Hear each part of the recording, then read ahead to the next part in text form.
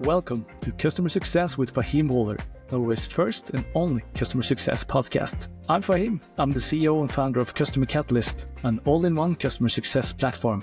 I've spent the last decade in SaaS, helping teams drive real results through customer success. And on this show, I will sit down with top CS leaders from around the world to share practical insights, strategies, and tools you can use right away. From best practices to the latest tech, we make customer success simple, actionable, and inspiring. Welcome to another episode of Customer Success with Fahim Waaler. Today, I'm excited to welcome Angeline Gavino to the show.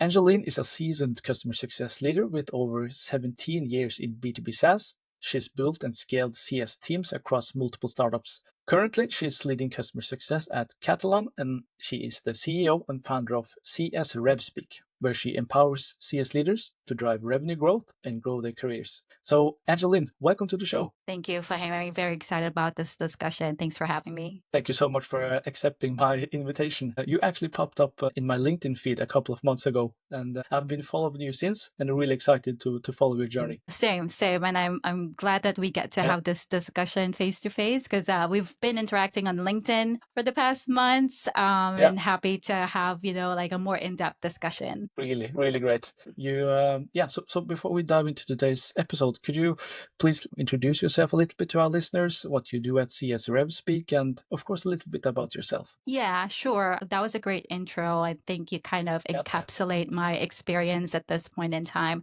And like you said, I do have a full-time job where I lead CS at, a startup called Catalan. But on the side, I work in a coaching and consulting capacity with other CS leaders who have revenue responsibilities or are building and scaling their CS organization. And I do also provide a lot of free content on my podcast and newsletter as part of CS RevSpeak, right? And like I said, we've been very active on LinkedIn and have interacted on LinkedIn. I share a lot of my insights there about CS too. Well, most people don't know this about me. Actually, I'm based in Vietnam. Maybe they know it if they go to my LinkedIn profile. I'm a mom to two incredible kids, so that's me outside of work. Okay. But yes, I'm passionate about all things CS, so I'm fired up with the discussion we have at hand. Really, really great. It's exciting to get to know you a little bit better, Angeline. I actually have two kids as well. I have one, he's 3 years old, and one that's just turning 6 months. So if I'm tired today and I look a little bit tired, it's because I don't sleep so much. Oh, yeah. No, I remember that phase. I have a 3-year-old turning 4 as well, and my older one is, we have a big gap. He's turning 13 this year. So it's like, Okay. So 4 years old and 30. Yeah, that's a big gap. And I guess every phase comes with its own challenges. For sure. Like when you just think that, there's light at the end of the tunnel, there's a new challenge that comes. No, don't say that. I was thinking maybe it gets easier. I guess it's a different kind of challenge every time. It's exciting just the same. Yeah, what I really like about you, Angeline, is your focus on customer success and how we can align it with revenue. It would be really interested for me and our listeners. Tell us a little bit more about that. What you do at CS RevSpeak, and also if you could just a little bit about how you first got started in customer success. A lot of customer success people I've talked with have really different backgrounds. So it would be interesting to hear your story. Yeah, for sure. Well, I actually started my career in customer support. And from customer support, I went into operations. And from operations, I went up into a team manager role. And then I discovered customer success. That was 15 years ago. And it wasn't called customer success then. And that was kind of my first foray into, let's just say, like the client-facing initial sale engagement with the customer. So ever since then, I started working for a big multinational corporation, like with 50,000 employees. And like I mentioned, that's my first foray into CS. It was a very mature organization where there was an AM, CS, and a big sales organization as well. And then 9 years ago, I moved into the startup world and have since then worked for 4 different startups building and scaling customer success. And I've never looked back. I love being in a startup environment. I love the fast pace and, you have to be scrappy and really very resourceful and also inventive. Well, what I do at CS RevSpeak, and actually why I built this organization is because, as you know, right, in the past years or so, there's a lot of this debate around should customer success own a revenue number? And I actually, in my current organization, when I joined this, I was hired to lead a CS team that owns both renewals and expansions. And at that time, that was several years ago, there were no playbooks around how you can do that in the context of customer success. Yes, we all know about, how account management works and so on, but in the context where a CSM has to do the commercial conversations and, negotiations and all of that, there were no playbooks available for us. And so I realize now that this is going to become the norm. This is the shift that we're seeing in the industry right now. And I know, and I've spoken to a lot of CS leaders that are navigating the same challenges that I navigated like a few years back.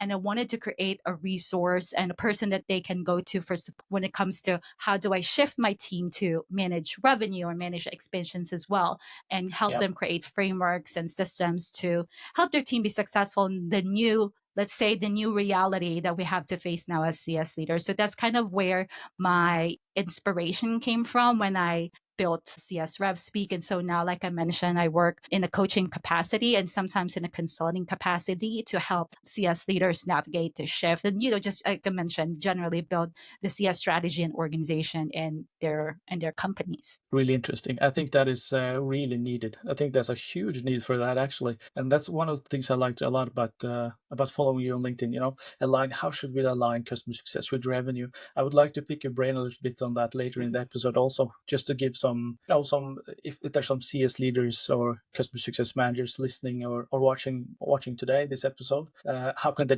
get started with some easy tips. In the Nordics, I feel like we're maybe a lot of companies and customer success leaders are really really really great, and they are really mature in the customer success way of working. But I think the majority is a little bit lagging behind when it comes to this. Some of the customer success leaders I have spoken to in the last couple of months, they're actually going all in the customer success owning revenue. And that's really interesting to see. I talked to one VP of customer success a couple of months ago, and all of the CSM are actually, they have a quota. Almost like salespeople. Obviously, they're not, now you have to sell at all costs. It obviously it's still value-based, right? And it has to be a real need for the customer. But I think it's a great shift that CSMs are starting to have some sort of quota attainment, just so that this is a department that has a quota.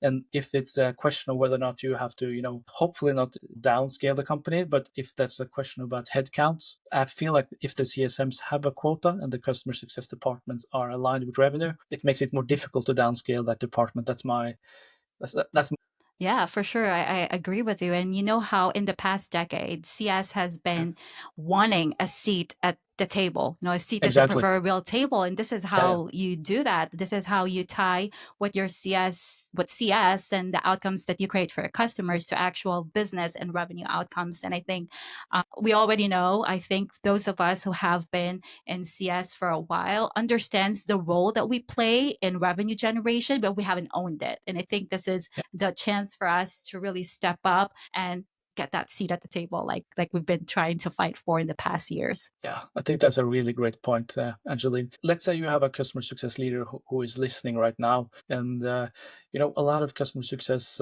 professionals don't come from a sales background. How do you have some tips there for a customer success leader? How, if they're new in the job or they come from a non-sales background, do you have what is your sort of really first steps there to get a customer success professional to be a little bit more commercial or revenue oriented? I think leverage the commercially aligned organizations and roles within your company already. Everyone will have a sales team. Maybe they would have a separate account management in the beginning or maybe actually later, but depending on, the organization you come in, shadow or buddy up with your sales teams and try a sales leader and understand, their system. I think what we need to learn from sales is the system, the operating rhythm that they create to ensure that revenue is a process that is predictable and not just, you're not leaning on hope. And the thing is, I do believe that CS in general have all the fundamental shall I say, fundamental skill set to be successful, right? Because like you said,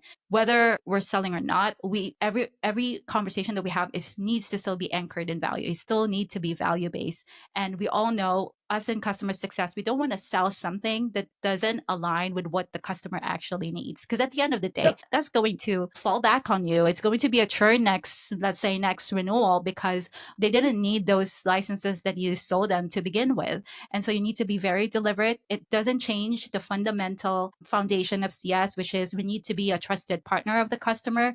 We need to be leading with value. It's just we're putting more structure in how we navigate that and ensure that we're continuously creating value and creating revenue in a predictable and sustainable manner. So that's why I said, just buddy up with your sales team. They have their best practices, things like forecast calls, opportunity reviews. These are things that we typically don't do in CS, but low-hanging fruit that you can easily learn from the sales team. Just shadow their forecast calls, shadow their pipeline meetings, shadow their opportunity reviews, and all the frameworks they use, like MedPick or other sales methodologies. I don't want to push too much of the sales lingo, but I think we should try to understand how we can learn from our sales counterparts. And then small things as well, when you think about how you position customer success, especially as a customer success leader within your executives, you need to not talk in activities or, I don't know, NPS scores, or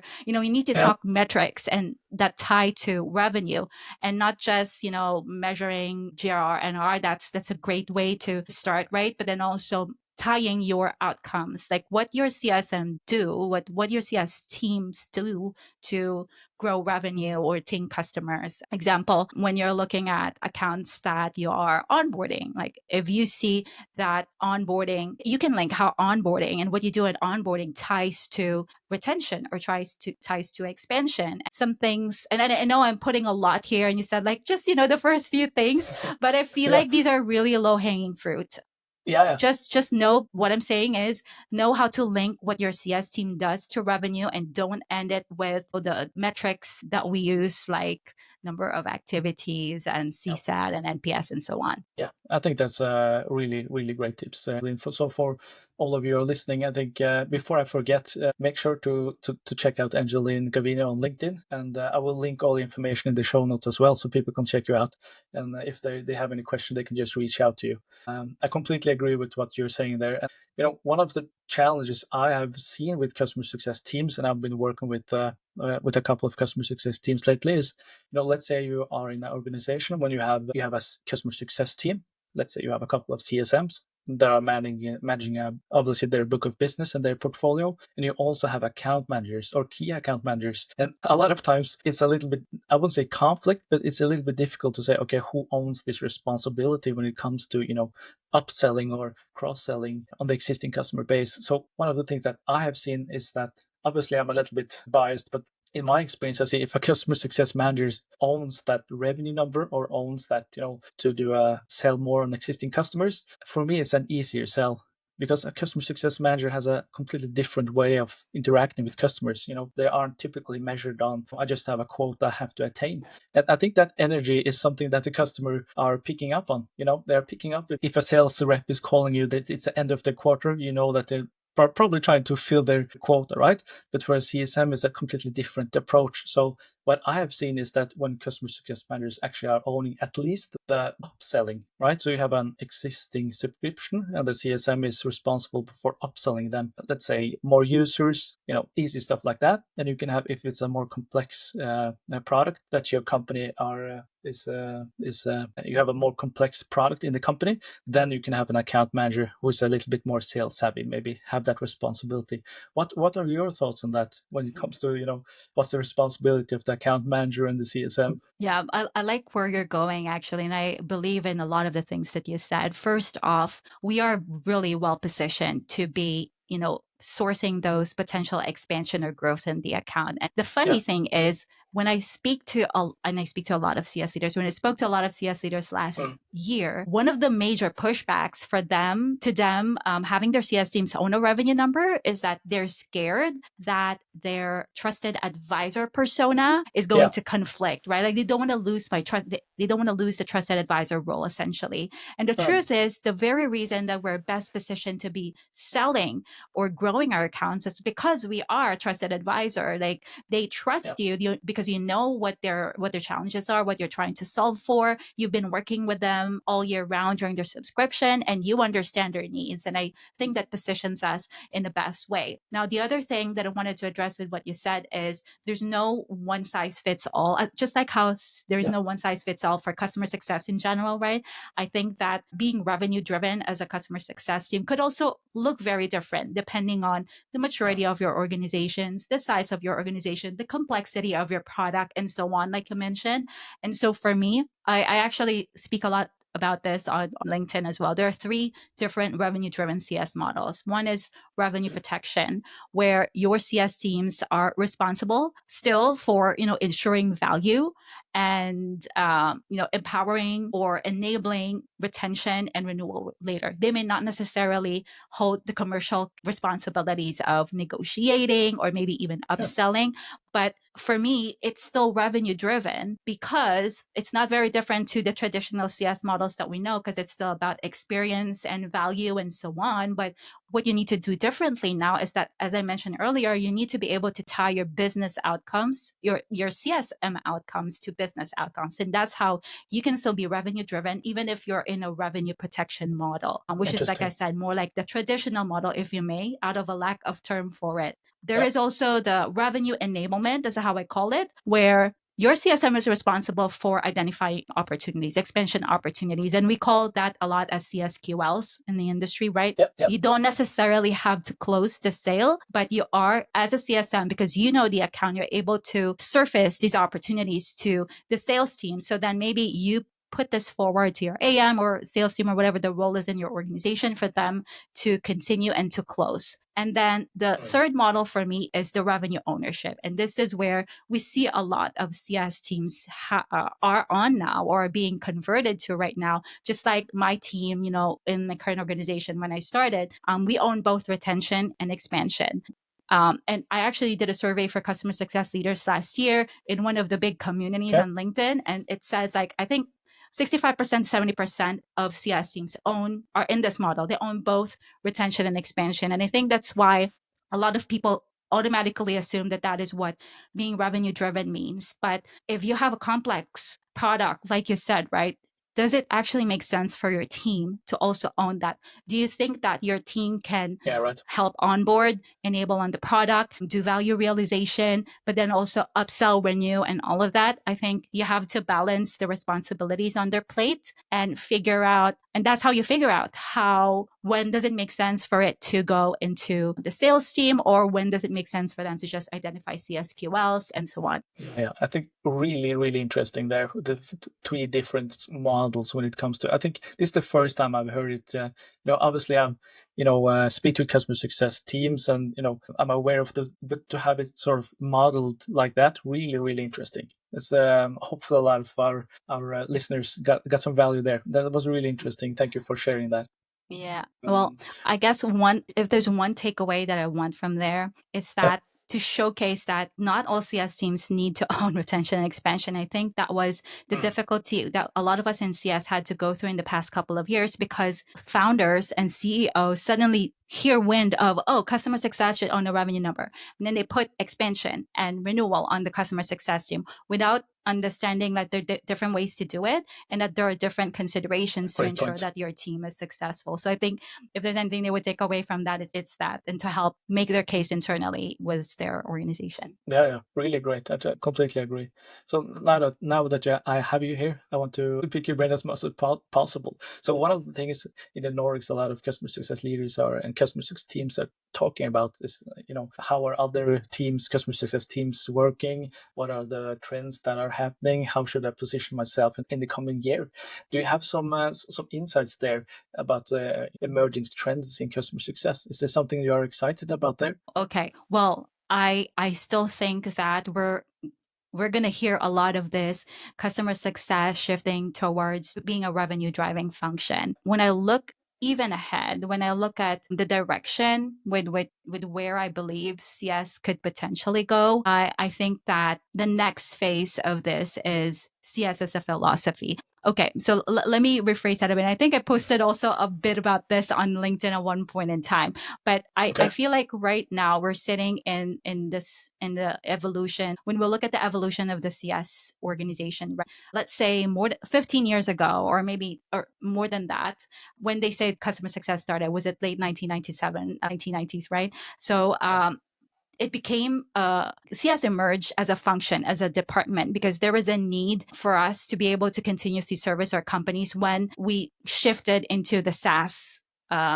model and the recurring revenue model. And so the CS department was born because, we need to be able to ensure that our customers renew. And so for me, that was like early stages of customer success. I do believe that we are now in what I call CS as a GTM motion, where we're seeing CS leading revenue outcomes. And it's no longer just like a customer service, customer experience oriented role, but it's now a critical part of the growth engine. And so if you saw in the early beginnings, there was confusion between CS and support. But now there is a confusion around what is CS and AM, like what is customer success versus account management, right? And so for me, that's like, this is where we are at this point in time. But what I really want to see is like the next level of evolution.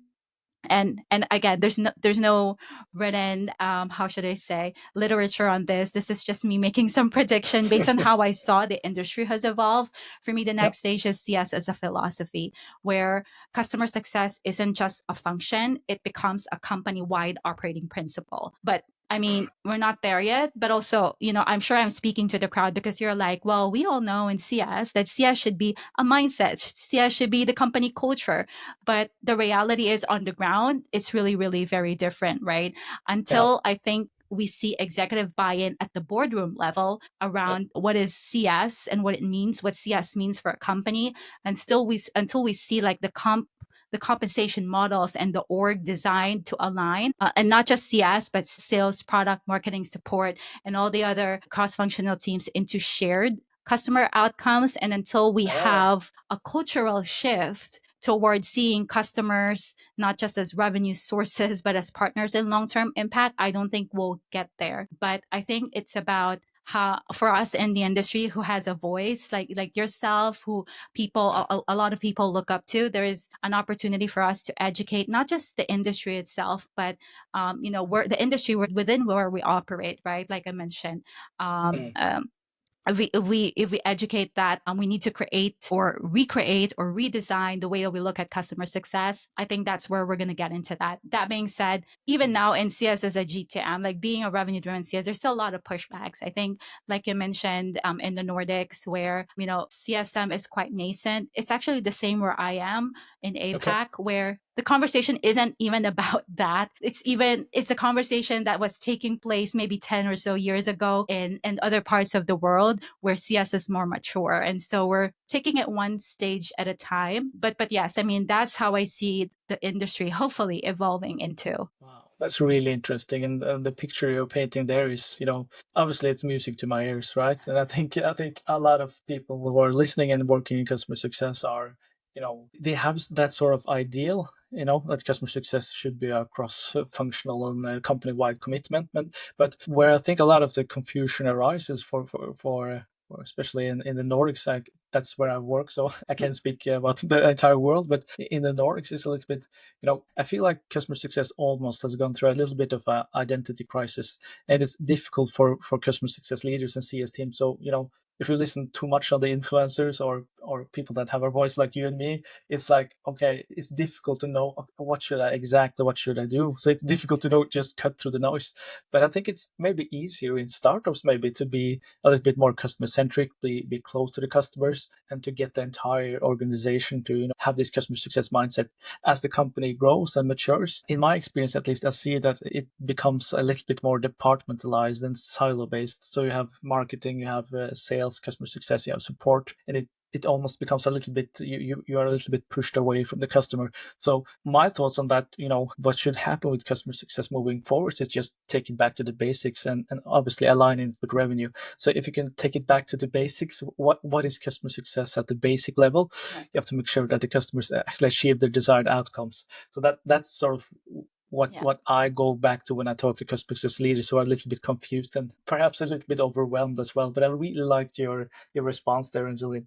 Thanks for sharing. No, I thank you for sharing that too, because I agree with you. I think there's a lot of this customer success should be like this, like that. And it can, like you've mentioned, it can be confusing. Like, which one do I follow?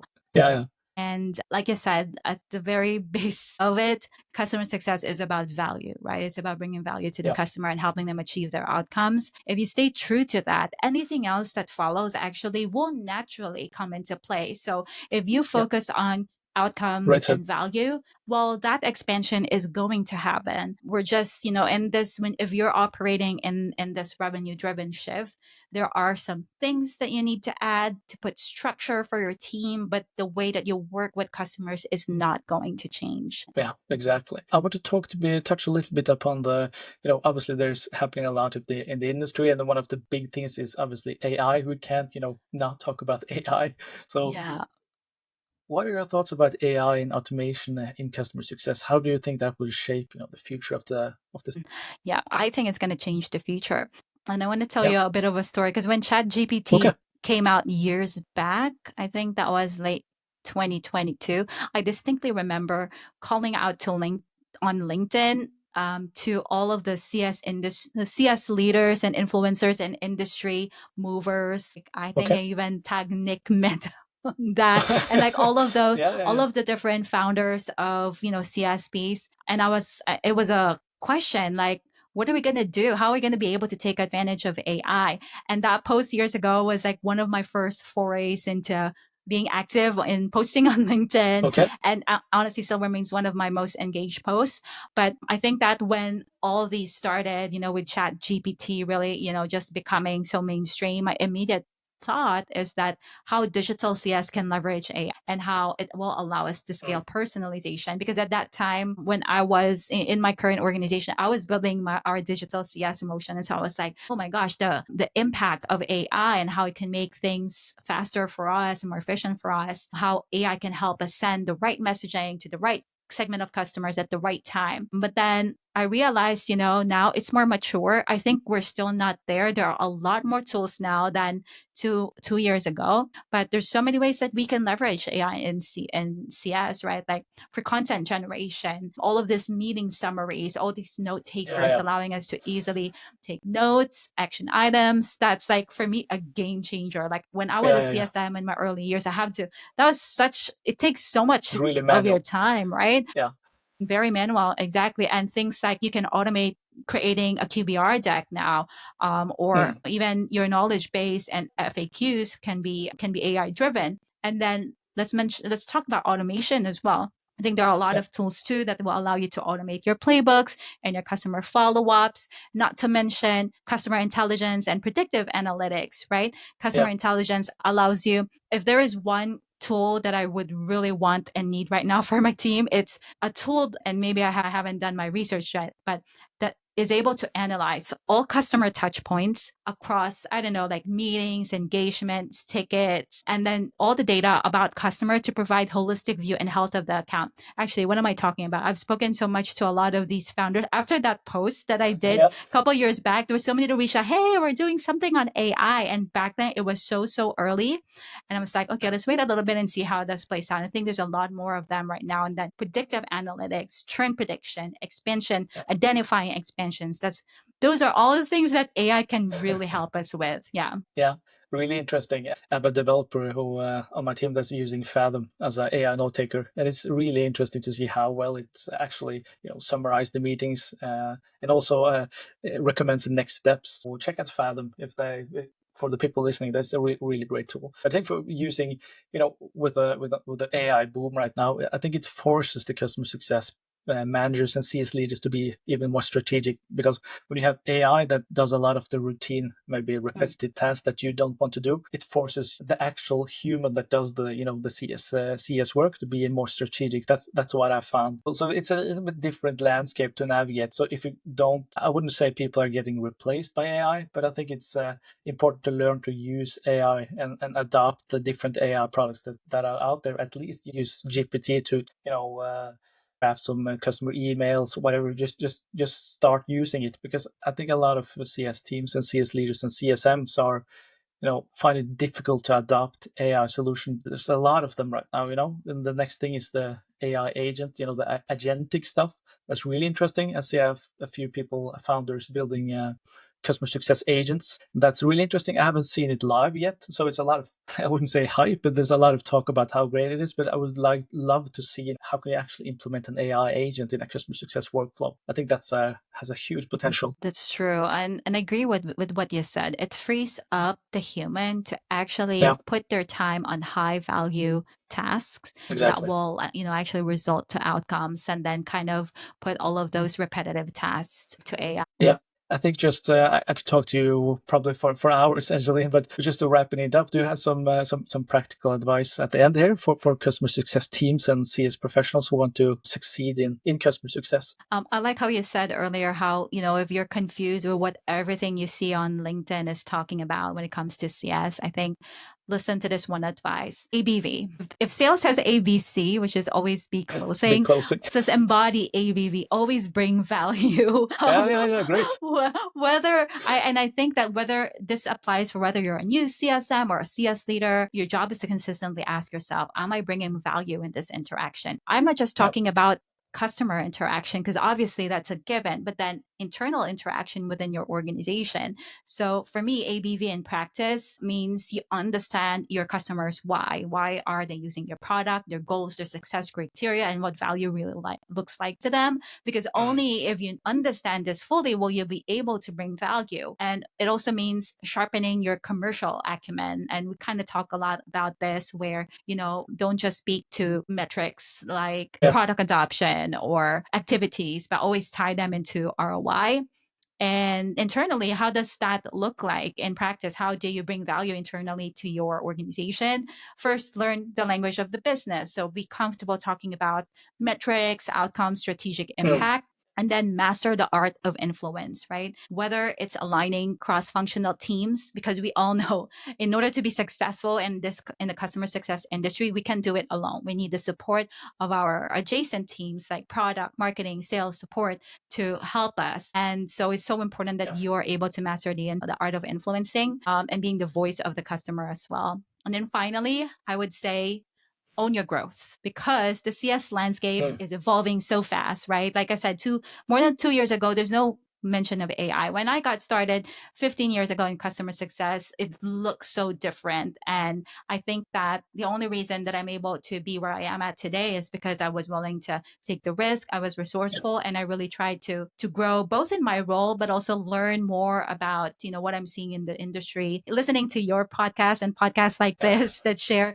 the insights from real people on the ground, networking and so on. I think being committed to your growth is very important. Actually, no matter what industry you are in, I think that's something that should be there all the time. Yeah, I really like that one. ABV, always bring value. Always be closing. That's been the main part for the sales, for the sales guys. We gotta have our own, how should I say, motto or something like that. Or mantra, or something. Catchphrase. The mantra, yes. Thank you so much for sharing your insights and experiences, Angeline. Really appreciate your time. Thank you, Fahim. I've enjoyed this conversation a lot. Me too. And thank you for listening. If you enjoyed this conversation, don't forget to subscribe and share this episode with others in the CS community. See you next time.